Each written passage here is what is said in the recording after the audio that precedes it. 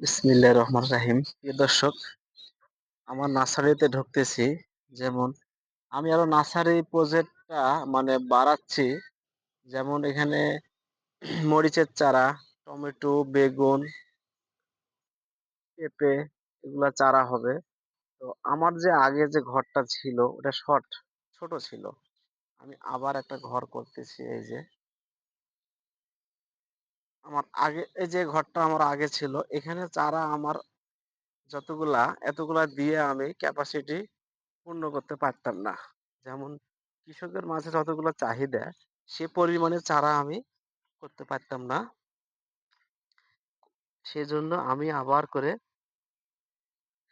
ঘর একটা করতেছি। এই যে চারা, এই যে চারাগুলা খুবই সুন্দর হয়েছে। এই যে এগুলা হলো বেগুনের চারা, ওই পাশে হচ্ছে মরিচের চারা। তো মাশাআল্লাহ, চারার খুবই সুন্দর চারা। এই যে চারাগুলা দেখতে পাচ্ছেন খুবই সুন্দর। এ পাশে চারা হয়েছে। প্রিয় দর্শক, এই যে এ পাশেও চারা হয়েছে। এই যে দেখুন কত সুন্দর চারা হয়েছে বেগুনের চারা। এরকম সুন্দর চারা আমার কাছে পাবেন। এটা হলো লুনা বেগুনের চারা। এরকম সুন্দর চারা আমার কাছে পাবেন। আপনারা লাগলে যোগাযোগ করবেন। আমি আরো ঘরটা আরো বৃদ্ধি করতেছি। আলহামদুলিল্লাহ, আরো কত চারা লাগবে আমরা দিতে পারবো। সামনে কফির চারা করব, পাতাকপি, ফুলকপি, টমেটো। এই চারাগুলা করার জন্য আমি আরো ঘরটা বাড়াচ্ছি।